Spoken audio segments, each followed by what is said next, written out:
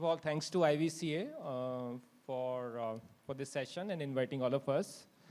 I know post-lunch sessions are always tough, but we'll make sure that we keep it interesting. And I've got a great set of panelists with wealth of knowledge on the stage, and I'm sure the topic is of interest to the audience. So just before we get into the discussion, let me just take a couple of minutes to set the context. I think all of us are aware of the climate challenges that Indian and global agriculture is facing. On one side, we have a large population to feed, and on the other side, we have a lot of climate changes, which is not just a one-off event anymore. There is so many cases of erratic rainfalls, erratic distribution of monsoon, some extreme high temperature in some cases, incidents of droughts and flooding. And when it comes to the Indian farming, as you would know, 80% of the farmers are smallholder farmers with ownership of less than 2 hectares. So just imagine a farmer working for a few months to grow the crop, and suddenly there's a weather event and there's no harvest, right? Just imagine the plight of that farmer. So clearly, we need a lot of innovations and capital to come into the sector, not just to de-risk agriculture, but hopefully to make it more sustainable, climate resilient in time to come. So I think we'll focus on some of these issues today. All I can say, there are enough innovations happening to drive resource use efficiency, especially water use efficiency, energy efficiency. The bunch of AgriTech startups working on the post-harvest side, trying to reduce food loss. The startups working on biologicals to promote natural farming, to improve soil nutrition. So thankfully, there is no dearth of innovation that we see in the country. The question is, how do we scale? I think that's a big question, which we would like to answer as part of this panel. So maybe we should get started. And I'll start with Hashim. Hashim, when we talk of investments, I think of late we are seeing a lot of buzz around deep tech and AI. But what about climate? There are climatic solutions, but not many investors are talking about investing into this sector. So the question to you is, how do we attract mainstream capital into climate tech, especially in agriculture? Sure, thanks. And so I work for a climate NGO called the Environmental Defense Fund. But I have good news. I do not intend to talk about climate change, because those two screens there paint the picture as better as we can with the AQ monitors. I want to talk about the framing of why VCs exist as the starting point. VCs exist because they see value before the market prices it in. And I think that's important to think about when you look at it, when you look at Indian agriculture. The returns for VCs come from conviction and courage, backed by intellect, and not by caution. And oftentimes what you find is a lot of VC money behaving as late-stage allocators with higher cost structures. I give all of this because there are reasons why agriculture isn't attracting as much money as it needs to. It's regarded as a sector with large subsidies and low margins. There is tech that is happening, but the valuations aren't moving as fast. There's a lot of infrastructure that's being built, digital and physical. All of your UPIs, et cetera, will have benefits for the work that we're doing in agriculture. Improvements in the cold chain improve the ability to create viable business models. I think the starting point to address your question of how do we get more money into agriculture is to start framing it as saying this is where you can generate alpha. And you generate alpha in this sector in 4 specific aspects. One is there is productivity gains that can be had. There are input efficiencies that can be extracted. There's traceability premiums that are becoming more and more real. and there's assets from nature-based solutions. Just to give illustrations for each of these, and I'll pass it back on to you. On productivity, through a combination of either precision-based tools or digital advisories, you can raise yields by 8 to 20%. The revenue pays for itself, and once your revenues go up, farmers will be much more amenable to actually pay for these services. There's also a whole host of B2B business models that are emerging. On the input efficiencies, whether it's fertilizer or pesticide or water, smarter advisories can reduce these by 15 to 30%. The mitigation pays for itself. On traceability premiums, both from export as well as domestic customers, you have data moats that are created. And these generate value if you're able to credibly show that this is the product and this was the emissions footprint. And on natural assets, things like agroforestry, regenerative agriculture, soil health, and I'm not talking carbon credits, by the way, treat carbon credits as a bit of a bonus. All of these are opportunities where you can put money now and make money. Great. Thanks for that optimistic note. And with that, I'll go to Agam. Agam has built a very interesting business in absolute, especially around biologicals. Agam, when we talk about climate, usually the perception it's a long-term game and the returns are going to be very, very long-term-ish. Sometimes venture capital funds don't have that much of patience, right? So do you see any short-term to mid-term wins in this sector, especially around biologicals or any other solution that? Yeah, before we go to that, I think we have to look at some macros, what's happening in India. India last year had about 322 days of extreme weather events. So almost every day was a weather headline somewhere in India. That presents a big opportunity. I think the future will not belong to the companies which are compensating for eliminating emissions, but will belong to models which completely eliminate those systems which create or become the sources of those pollution. Now you can look at variety of sources. One of the things we do is use microbes as microfactories and then create solutions across range of areas. Agriculture being one big area, alternative proteins being, or therapeutics being the other area, and then materials being the third area. My sense is that if you build fundamental models of products using science which replaces the need for things that are polluting, fossils, let's say chemistry-based solutions which, once they go to the soil, they encourage soil to release the carbon back in the air. And in the other category, if you can use the biologicals, they in turn will keep the carbon there, but will also sequester millions of tons of carbon back in the soil.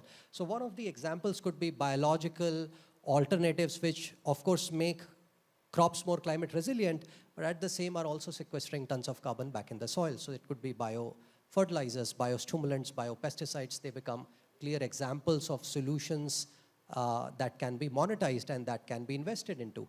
They are also examples of things which are very long-term, very resilient, and will continue to grow as sectors because the market demand is changing, tailwinds are on your side globally, regulators are changing their positions towards that. So I think that's one of the big areas. The second big area, of course, is as the world evolves, the need for protein and other nutrition goes up. Can you replace, again, current sources? You can't rear as many animals because that's one of the biggest levers for greenhouse emissions. So if you can't have those many animals for milk, what is the other source that you can create it from? How do you extract those proteins which are essential for the resilience of countries and populations?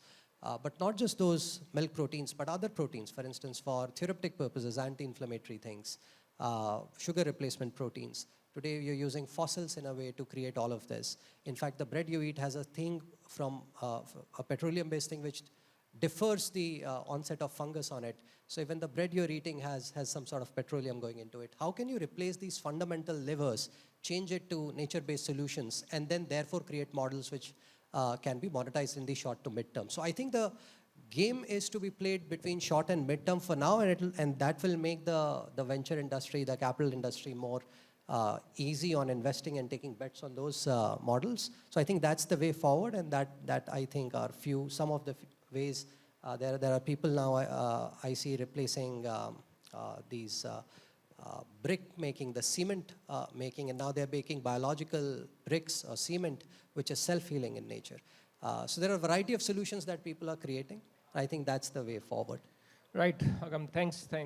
Definitely we need far more quick wins for capital to become more efficient and attractive.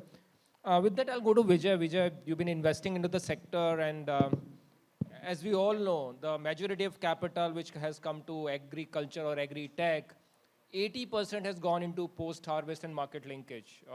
So as per my estimate, last 15 years, roughly $4.5 billion into the sector.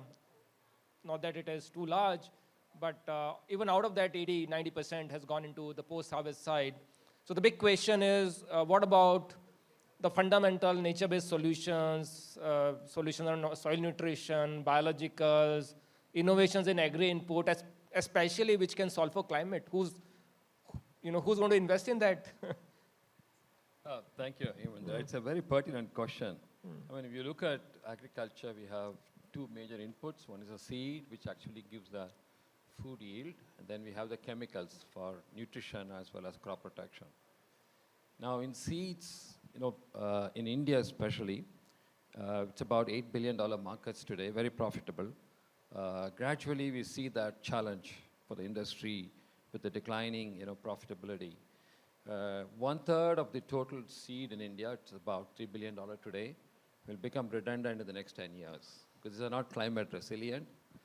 They don't withstand stress factor there typically. So we have to invest to adapt the new genetics, create new genetics that will be more climate resilient. That's what the world has done today. I mean, US has invested close to about $16 billion in the new genetics creation the last, I would say, 8 years or so, with $2 billion a year. So there are a number of innovations they have done to bring crop resilience to adapting, climate change. China has done amazingly well. It's about $8 billion investment. China had the same challenge as with 1/3 of their genetics being redundant, but they've almost covered about 80% of that today. We are in a very nascent stage in India. I think we invested about $150 million in the last 8 years. Largely, again, about $100 million in the private sector, 50 from the public sector. China alone has invested about $3 billion from the public sector to get resilient seeds today. So we are in a very, very nascent stage. About even 1/3 of that $50 million has come from domestic funds. It's largely from those who understand what is, stress tolerance in crops. So the challenge is going to be that we'll probably be importing seeds. That could be one, that will happen. Or we will just go with lower productivity. That's what will happen eventually for us. Biological, which is another opportunity to, to look at crop nutrients, higher nitrogen use efficiency. The world has again moved to 3rd-generation biologicals today, which are actually fusion microbes or, aminopeptides. We are just not there today. We don't have even a regulatory system to even bring in a fusion microbe from elsewhere in the world. So I think we are in a very nascent stage. Brazil has adopted about 80% of the acreage in terms of biological, to the highest in the world today. China is about 40% of the acreage. We have adopted biological for 0.1% today. We are very, very nascent stage in that area. It takes about 4 to 5 years to get a new organism regulated in India itself, leaving alone bringing in, combination of microbes from elsewhere in the world. So we're going to have long gestation in adopting some of these. So that's what makes is so risk perspective from an investor point of view, unless they understand science. There is a profitability, there's a very high revenue opportunity. All our investments have done excellent results, not because they are deeply penetrated in India, but elsewhere in the world, these products are having, very, very high demand. The new generation seeds are biological, so they're very profitable. Unfortunately, Indian absorption is so limited today. That's why we are constrained. Right. So yeah, I think we need far more patient capitals if we have to grow the input side of it. And we should look for those avenues of capital. I'll go to Akash now. Akash, one of the challenges in agricultural supply chain has been our inability to use agri-waste. In fact, the high AQI that you are seeing on the screen is partially attributable to that only, that we are not able to control farm fires, and stubble burning is a perennial problem. I think as Delhiites, we are all used to, sort of breathe it. So just tell us, what are the avenues to process agri-waste? And I think you've done a great project with Arvind Mills, which you announced recently, the torrefication project in the cotton value chain. I think that's a great example. So if you can talk about that. Sure, thanks. Yeah, I think, like you said, agri-waste is a big sort of systems-wide issue that India needs to address. We produce around 500 million tons of agri-waste per year, most of which is burned or sort of just disposed of locally. And the question is, when you think about India at a systems level, the grid is mainly run on coal, around 80–85% is coal-based. And there are many other pathways that we can utilize some of this agri-waste. So our thought has been for climate investors in this space, one needs to think about things from that systems perspective. With agri-waste in particular, I mean, there have been use cases discussed. One that I'll talk about is torrefaction, but biochar is also an increasingly talked about one that can be useful in terms of improving soil quality, returning carbon back into the soil. And also we are looking at things in the waste to value chain, like extracting silica from rice husk ash, which is another agri-waste byproduct. For the Arvind partnership, it's very exciting for us. We have announced a large-scale project with Arvind Mills, which is India's largest textile company, publicly listed, to take their agri-waste, the cotton stalk, and convert it into bio-coal using a process called torrefaction. So torrefaction is a thermal process where you heat up the agri-waste to 300 degrees, which is less than biochar, and you can convert it into something that effectively acts like coal. So you remove the water, it increases the calorific content, and you can replace it one-on-one with coal in boilers with no retrofit. And so we think this is one of the most scalable ways that India can slowly replace its coal utilization with things that India is already kind of producing, like agri-waste. And so we've launched India's largest torrefaction project for cotton stock for 40,000 tons per year capacity, going up to 100,000. And this will allow Arvind Mills to replace the coal in their boilers. And in addition, what it helps them do is their customers are people like Patagonia, H&M, and Gap. They can report lower scope 3 emissions because Arvind is using less coal. And so they are decarbonizing their supply chain in India. And so we think this can be extremely valuable for any industrial company in India using a lot of coal, because we produce the agri-waste, now we can use it for some useful form of energy instead.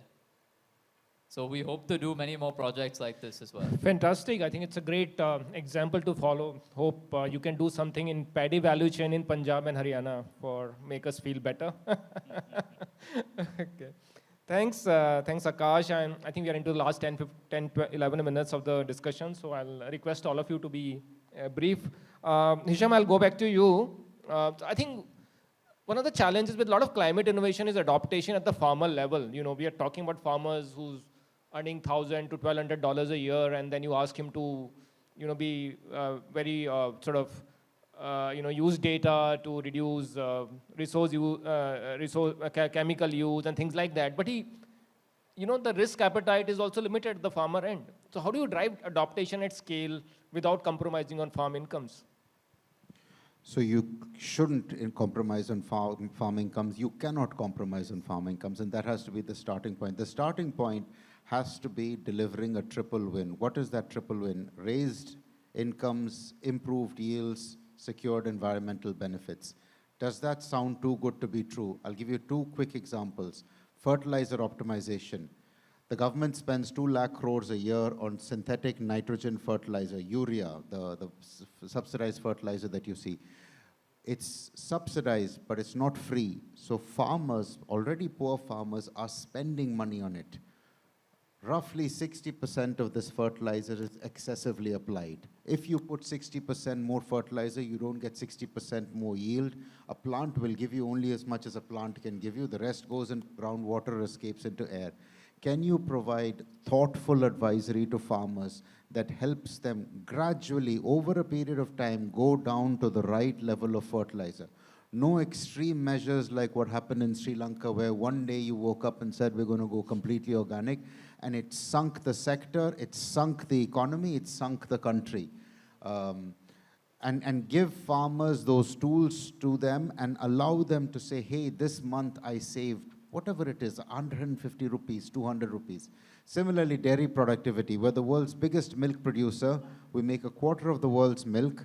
We make double what the US makes. The US is the second biggest producer. We make double what the US makes with 10 times as much heads of cattle, which points to the fact that we have a productivity issue. Every additional liter that a cow gives will give you more incomes, will give you more productivity, will give you more nutritional benefits. So that's the approach. Fantastic. I totally agree that the farm incomes and climate solutions can go hand in hand.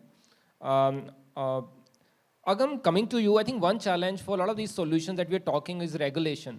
I think Vijay talked about how US and China have done, and hopefully, well, probably the regulations played a big role in that. Where do you see Indian regulations? Are we still catching up, or there's a lot to do?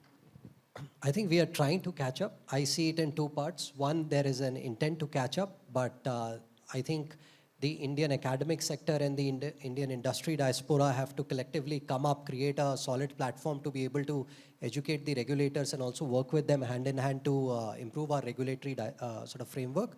If you look at US had almost 150 companies come up over the last 3 or 4 years innovating on these products. China had about 100. India has like less than 10. And that shows you why that is lacking and why the investor capital is not able to sort of come into it. I think regulation has a big, massive role to play in it. And I think India is moving, but the pace has to still catch up much more. Absolutely. A big message to policymakers and regulators, if they are in the room, please work with us to take these innovations to the farmers. Vijay, coming to you, I think when you look at climate solutions, there are two big buckets. One is climate adaptation, which Hisham also talked about, and one is climate risk mitigation, right? These are two very different buckets. As an investor, where is the bigger opportunity? Do we need to address both, or can we pick one over another? I guess it's not either or, but both in a way. Yeah. From two perspectives. See, one, when it comes to mitigation, we know the targets well. We have to reduce the carbon generation. So at the national level, there is this whole afforestation effort. India set I think, 1 billion ton sequestration by 2030. It's moved to now 2033, 34. So at the national level, that's there. Plus, bringing down the fossil fuel in farming-related absorption, like transportation and irrigation. So the KUSUM scheme and all of that is more meant for that. So that's happening, but slowly. The other part is what industry can do. The main way global companies have looked at is to reduce the absorption level or generation level in farm. So direct seeding in rice has been a major solution there. For every hectare of direct seeded rice, you have about 2 tons of carbon that's really absorbed or sequestered. So China has done about 10 million tons out of 30 million tons already in terms of direct seeding. We just begun in India. So hopefully out of 40 million hectares of rice grown in India, if we do about 10 million hectares, we should be able to absorb about 2 million CO2 every year, clearly. We are just about 50,000 hectares right now. For the next 5 years, I think the industry will have to invest about close to $80 to $100 million. That would give the result. It will also give improved productivity. So that's in a way, these are mitigation efforts. Adoption is more challenge because you don't know the target. Target is moving. See, 21 to 23, we had severe drought in the country. But 25 is completely flooded in 40% of the Indian agriculture today. So you're getting your seed ready for drought, but you also need to get it ready for flooding situation, right? So you need to put in much more traits into the seed, make it totally resilient. That's a tricky part that we're going through. Technology plays a big game in that. Investment comes in there. So it's going to take much longer and deeper investment for us to get to adaptability of these, agri input today. Absolutely. Akash, coming to you, if you look at the agriculture value chains and look at their climate resilience, what it takes to invest in them, I think the one that you have invested heavily is in the hemp, right? Can you talk your experience in how to build a climate resilient supply chain in a country like India? Yeah, sure, thanks.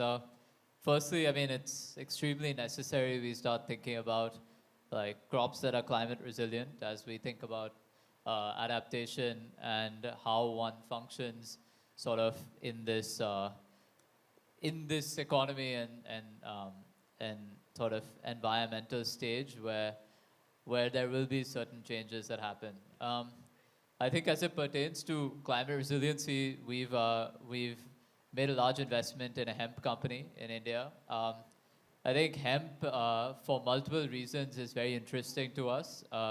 It grows naturally in India with no fertilizer and no pesticides.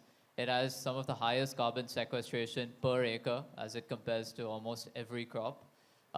It has much less water utilization than cotton. And it has multiple sort of other benefits. The key one, sort of what Agam alluded to, is you can use 100% of the crop, so there's no wastage. When you think about India, what this company is doing is they're converting this hemp into cottonized hemp fiber to replace cotton in textiles. And cotton itself uses a lot of resources, in particular water. India is a water-starved nation, as a few panels have talked about. We actively invest in water, and I think the more we look at water, the more you realize that you can't just invest in water, you have to invest in sectors outside of water that consume a lot of water. And cotton is one of those areas. And so by reducing cotton utilization through cottonized hemp, we're able to not only grow a crop that has higher carbon sequestration, it grows naturally in India, but you can also then replace cotton and reduce India's overall water consumption. I think this is particularly interesting given that sort of when one thinks about returning carbon back to the soil, India's sort of large amount of desertification and India's cultivatable land, we need to start thinking about crops that are actually beneficial for India. And hemp, we think, is sort of going to be a breakout sector. It's been legalized for hemp cultivation in Uttarakhand, and we expect other states to do the same. Fantastic, great. So we have last 2 minutes, and I'll ask all the panelists one question, 30 seconds each. What is the one thing that need to change to drive climate smart agriculture in India? You can pick any policy or financing or science-based solutions, what that one thing should be. I think we should get rid of the fear about food or the innovation in food as an area that's, widely driving today, change in the world, and we should be part of it. We can't be away from that. I think that's very important for investors also to be non-fearful of that, including fund of funds in India and the investors here. There's a real big opportunity that can give you fantastic returns, actually. Okay, so we should be more bold, more ambitious, more audacious.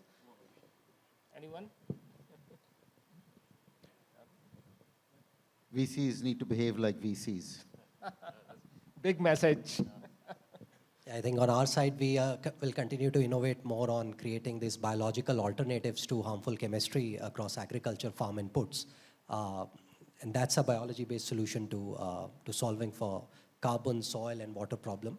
But as well along with it, we'll continue to innovate on the protein therapeutics and nutrition molecules using microbes as a tool to create nature-based solutions.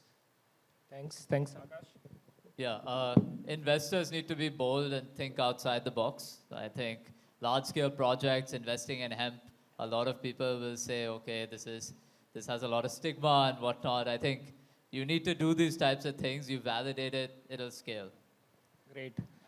I'll give my 2 cents also. So all I can say that the food that we are eating today, we are essentially borrowing it from children and grandchildren, right?